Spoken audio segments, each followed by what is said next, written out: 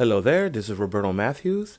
Instead of a quick tip, I wanted to kind of do what some of you viewers have been asking me to do and give you a little bit of a tutorial.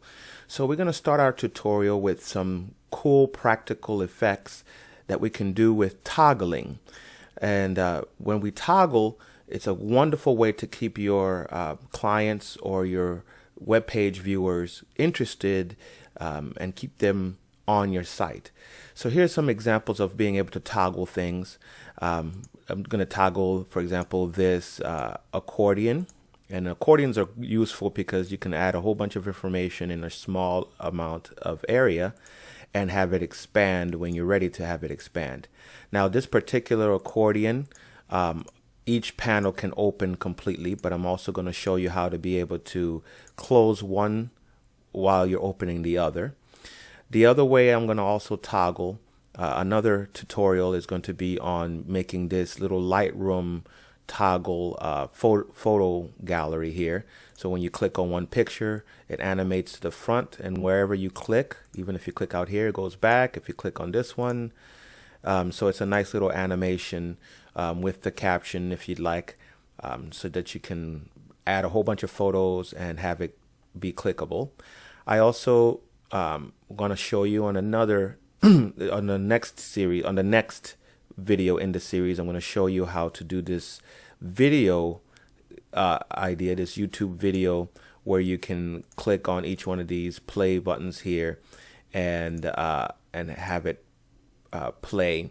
I actually have it come up kind of like a Lightroom video Lightroom navigation bar. So for example, in this case, I have a navigation bar that switches to the word close when it's open and to the word navigation when it's closed, and then it opens up all your links on the side here. I also wanted to show you on that same video that you can create one for your cell phone for your responsive sites that shows up like this with the little hamburger menu bar, and when you click on it, it comes up from the bottom just like this. So it's very modern. You can get your menu coming up from the bottom here. So I'm looking forward to starting this little tutorial series. And actually, let's give you one tutorial today. Okay, for all of my tutorials, I'm going to be using CodePen.io. I love this site. You might have heard me talking about it before. And this site allows you to save your little snippets, and you can do some experimentation, and it's all live and it's awesome. So we're going to create a new pen right here, and we can name it if we want here, but I'm not going to name it right now. And here's our blank canvas. Here's our HTML area, our CSS area, and our JS area. Our JavaScript, we won't be doing any JavaScript. This is all going to be CSS, which is going to be awesome. Before we start, let's do a little preliminary. I wanted to show you something cool.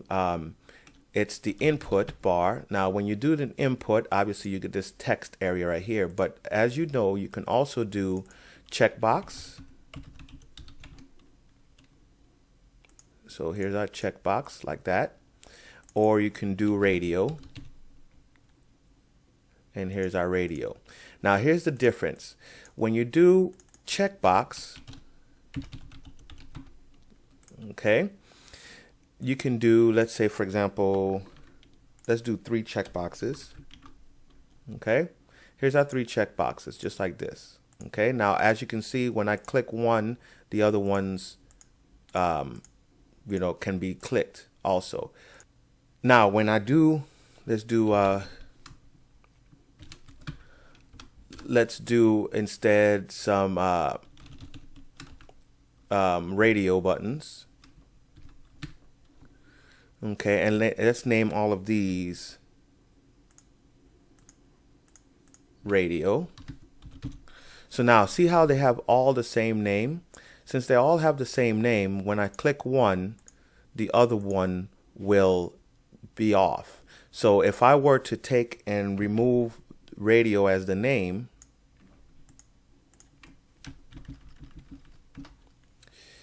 then I can select each one of these radio buttons. But because I have them each as a name, oops, because I have each one of these as a name, for example, let's give it all a name of radio. Then when I select one, the other ones will be doing. So now, as you can see, this is how we're going to create either a toggle that just regular toggles, or a toggle that closes the other ones when it opens. Okay, so that's our basics right here. The other thing that we can do is we can put labels. Now there's two ways to do labels.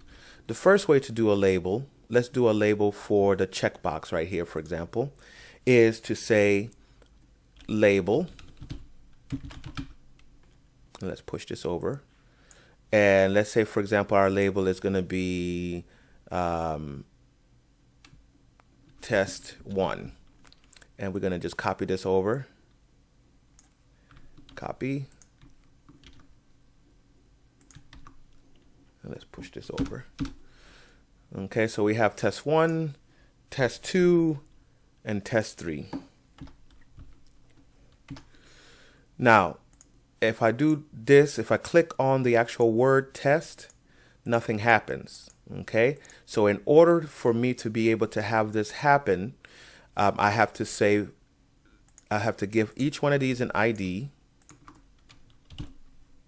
Box 1, box 2, box 3, and then this is for box 1, box 2, and box 3. So now when I click on the word, it'll select also the checkbox. Now, this is the long-handed way to do these things.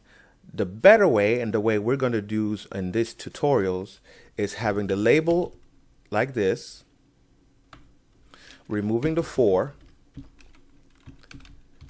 and using the label like a div of sorts. So we're going to have our label test 1, and after that we're going to put our input,